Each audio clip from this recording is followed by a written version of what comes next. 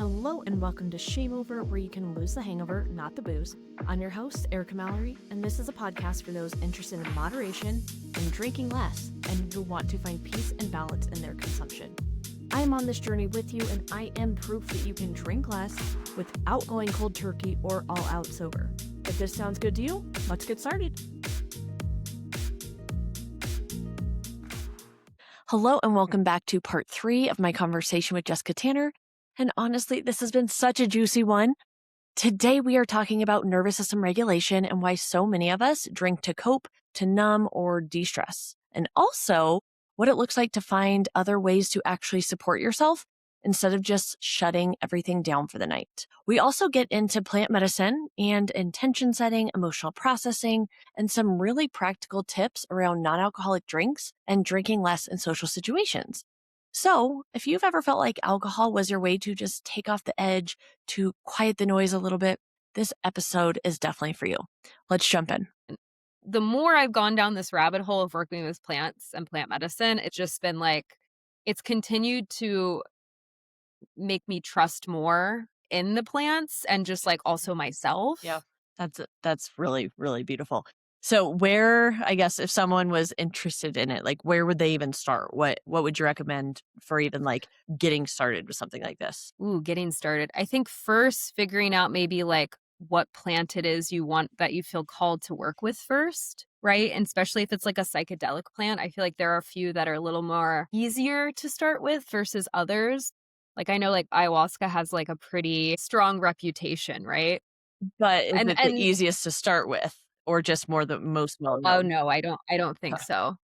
I think like you need to be a little more like open and ready to loosen the grips maybe Mm, before someone would go drink ayahuasca. And like or not. I mean, yeah, everyone's different, but I just think be prepared for whatever experience you're going to have, good, bad, in between. sure. And I'm sure, especially with good intentions, most people do probably have positive experiences, even if it's not like this is what's going to happen. It never goes according to Mhm. plan, but Mm. I'm sure very few experiences are not good. Yeah, I think so. From my experience, I just even if it's like a quote unquote bad experience, because we always want to add labels, like there might still be so much juice in that experience that Yes.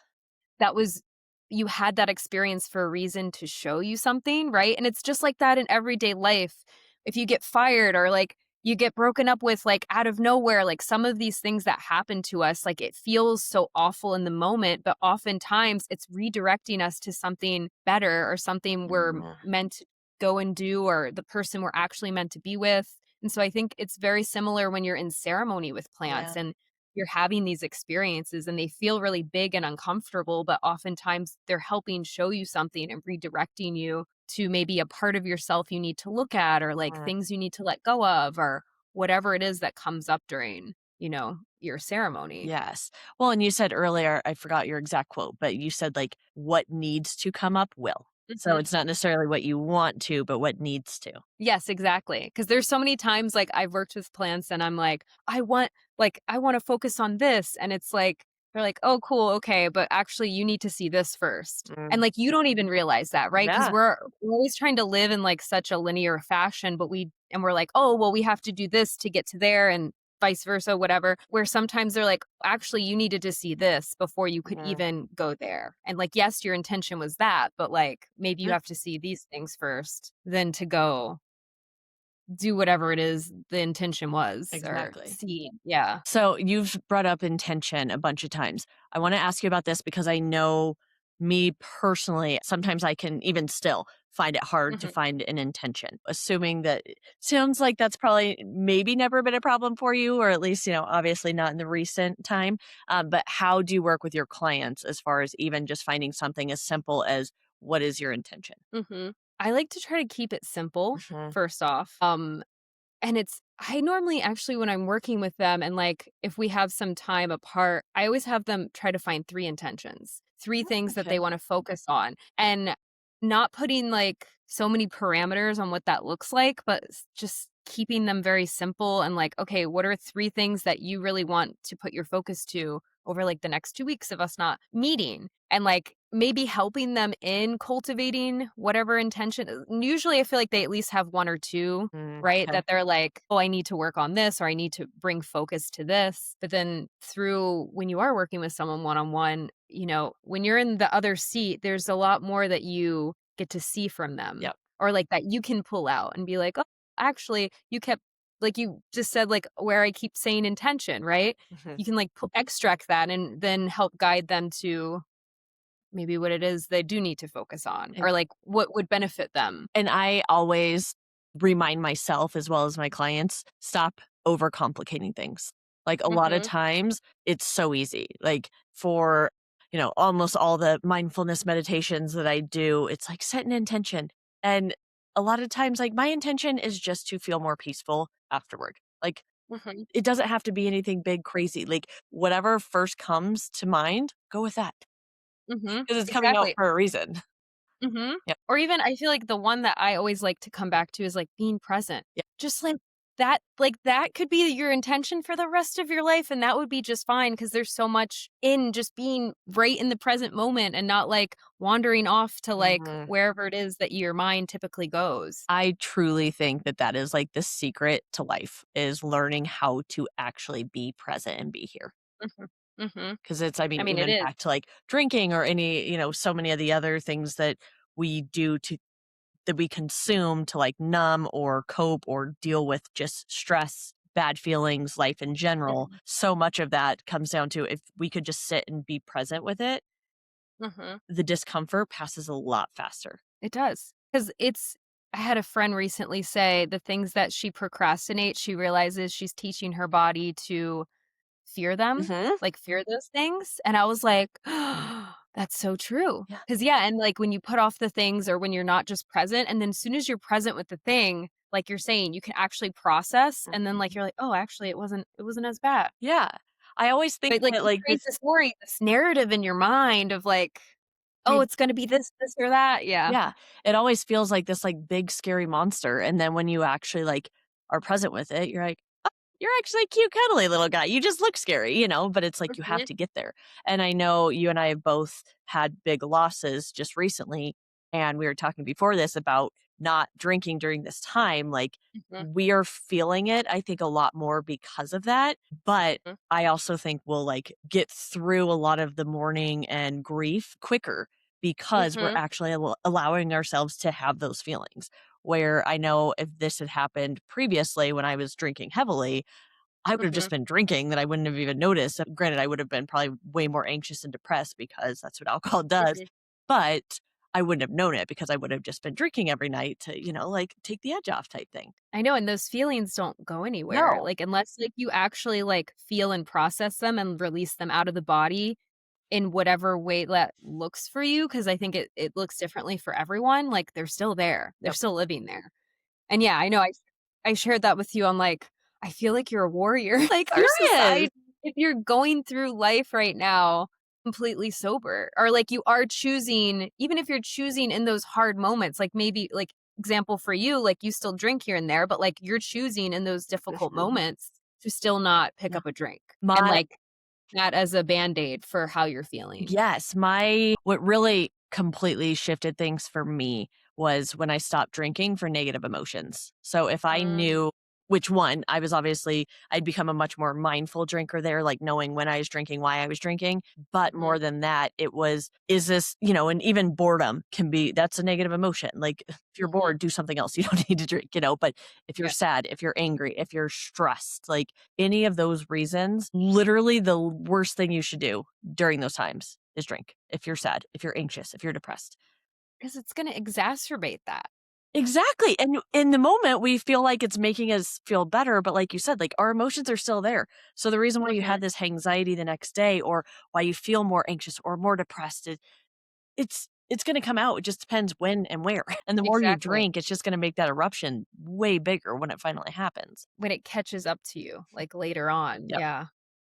Oh, yeah. So, I guess one last thing that I'm curious about since you guys have found so much success in, going on 2+ years now of your sobriety, what if you can even remember back to the beginning, like what things did you do to help early on to make it easier?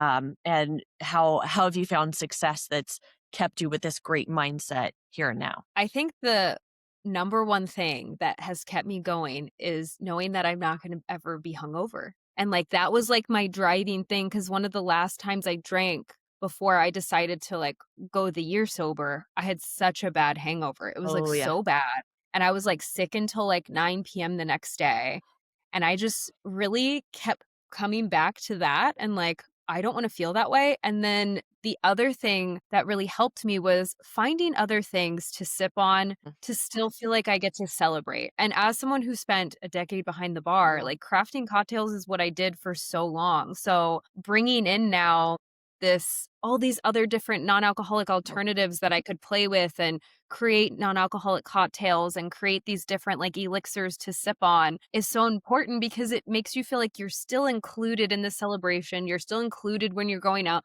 And I know for me, like, when I go out, I still like to have something fun to drink that's Mhm. not water or sparkling water or, love of God, a non-alcoholic mojito. Like, I actually want something that's gonna live up to what I used to drink. Yes. And thankfully, we live at a time that there are so many options available. I think there is a little bit of a we are getting better of having those options in the Mhm. restaurant and the bars, but there is still, like, a little bit of a lag, I think, just from I feel like in my opinion, it's, like, kind of like ego of some of these, like, bars that are like, if you're in the bar, you need to Yeah. drink. But I'm like, eventually they're all gonna have these options. Yes. So I think, like, finding those options and then also the ones that actually have, like, the nootropics, the adaptogens, things that are gonna actually make you feel something Mhm. from the drink or, like, relax you, but they're doing it naturally Yep. versus how alcohol would, like, relax your brain because it's quite literally shutting your brain off. Yes. Now you can use natural plants that are helping your body actually adapt to the stress, right? Mhm. Like, ashwagandha has been, like, a huge one for me because it's actually helping my body come back to equilibrium when I am stressed, which is usually why people are grabbing alcohol Yeah. in the first place, right? Like, they wanna de-stress. So it's like trying to educate yourself on what are all these different plants out there that I can Mhm. utilize that are gonna be beneficial to my body and come back to equilibrium from that stressful state without having to drink alcohol. Oh my gosh, we need to do like a part 2 of this because my big focus has recently been like on the nervous system because so Mhm, much of our drinking is to regulate. Like you said, we're trying to mhm, de-stress ourselves. At the end of the day, we're trying to regulate and we just don't even realize that that's what we're trying to do. and we've never been even taught to regulate, so that's Exactly. that's a whole other thing too that I'm like, people don't even understand how like, what Mm, it feels like to be regulated no. or what they need to do to regulate. Exactly. It took me having children to learn that Mhm, exactly, so I'm very impressed. You are way ahead of the game. And to your point on the restaurants, like, I completely agree. I will say I make it a point, like, sometimes I've been a little disappointed because I'm like, I'm gonna have my espresso martini or my dirty martini, like, those are mhm. my if I'm gonna go out, What's I'm kind of over wine, like, it's just I want a great, great cocktail. And then I'll see this, like, really good mocktail menu that's not just, like you said, a mocktail mojito Mhm, or whatever. We were at Del Frisco's last month for, like, Valentine's Day, and do you mhm. know Aplos? But yeah. They're one of my faves.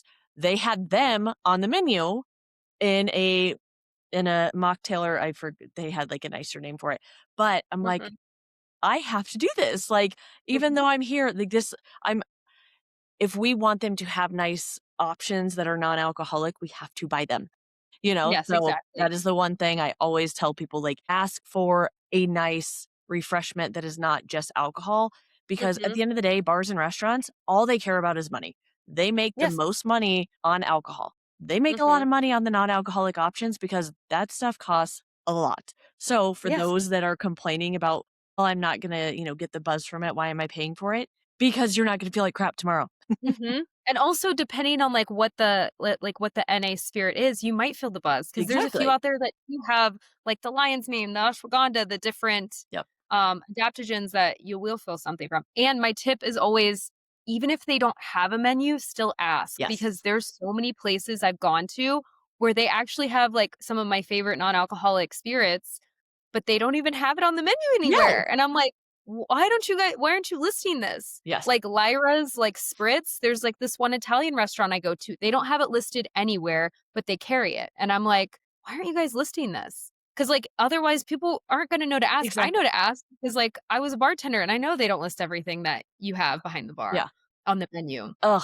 So I guess final tips from a previous bartender, what would you recommend to people? Because again, I'm an open book. I don't care. I would totally let the bartender know, like, I am having 2 drinks, no more. Like, Mhm, no matter if I ask you to change my mind, like, no, you can charge me for it. Do not pour it. Like, get them involved if you need, like, especially early on. But mhm. any tips that you would recommend from a bartender on how you could utilize them to help you not drink or drink less or anything along those lines? Maybe ask them, like, "Can you give me a water between each drink?" Like, I think, like, taking that pause between drinks is very important, Very and, like, much. having the water. You could also ask, like, maybe they could take, like, a normal cocktail that would have, like, 2 ounces of alcohol, maybe ask them to split it up, and, like, then you could have 2 drinks even though technically it's, like, 1 drink Yeah, because that's how much alcohol was in it. Not all of them are gonna be crazy about this. It's gonna, like, depend on, like, how busy totally. they Yeah. are and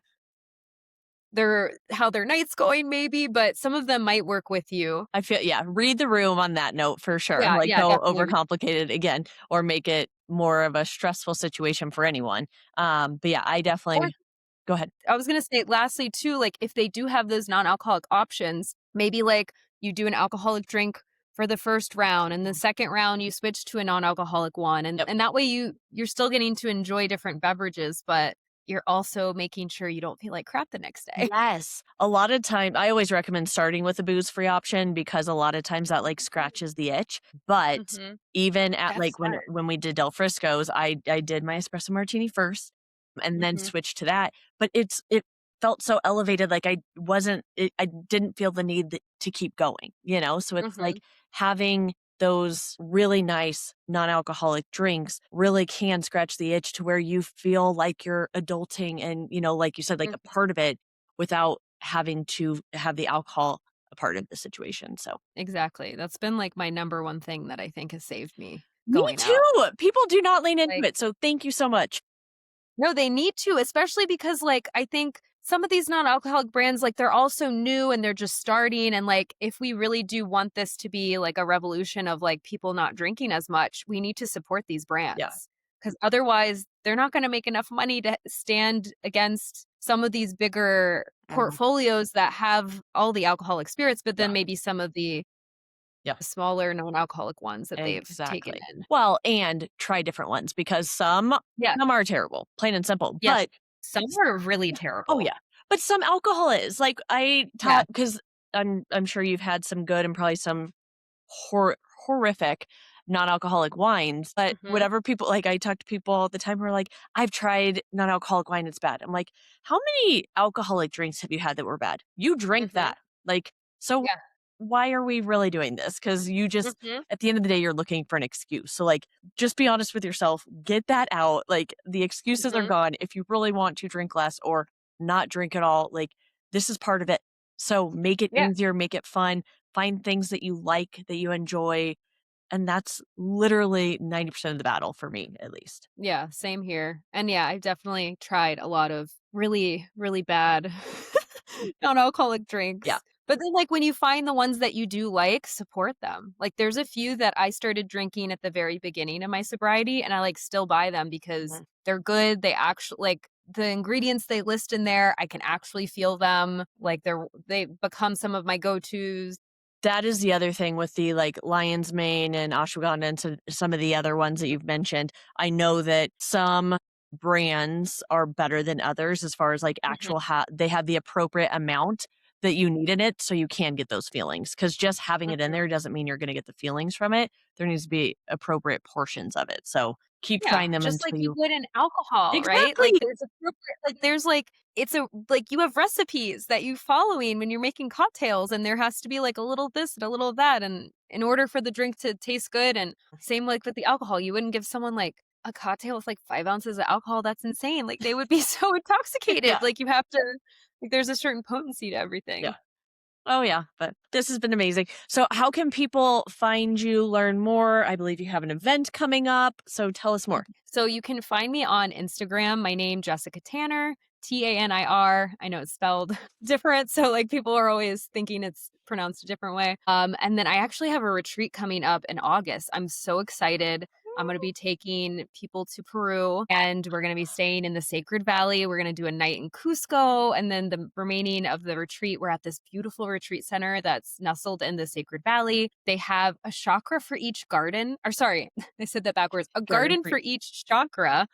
And they grow a lot of the food on the property. It's so magical. There's so many plants. And then you're surrounded by the mountains. We're going to do a couple different activities, exploring some of the Incan ruins. We're going to do a Temescal sweat lodge, a plant medicine ceremony. We'll also be doing yoga and have opportunities we'll do like an intention setting workshop, an integration workshop. And it's really an opportunity for people to come and connect back with themselves, Yes. connect with nature, and figure out what it is that's inspiring them so then they can go back into their everyday lives and make any sort of shifts or changes. And this is why I'm hosting this retreat, and I plan to host many more retreats because I think retreats are they can be catalysts for you in your life. You get to remove yourself from all of the daily stresses and just your daily environment where it's oftentimes a little more difficult to make some of these Oh, changes because absolutely. you're just like in it.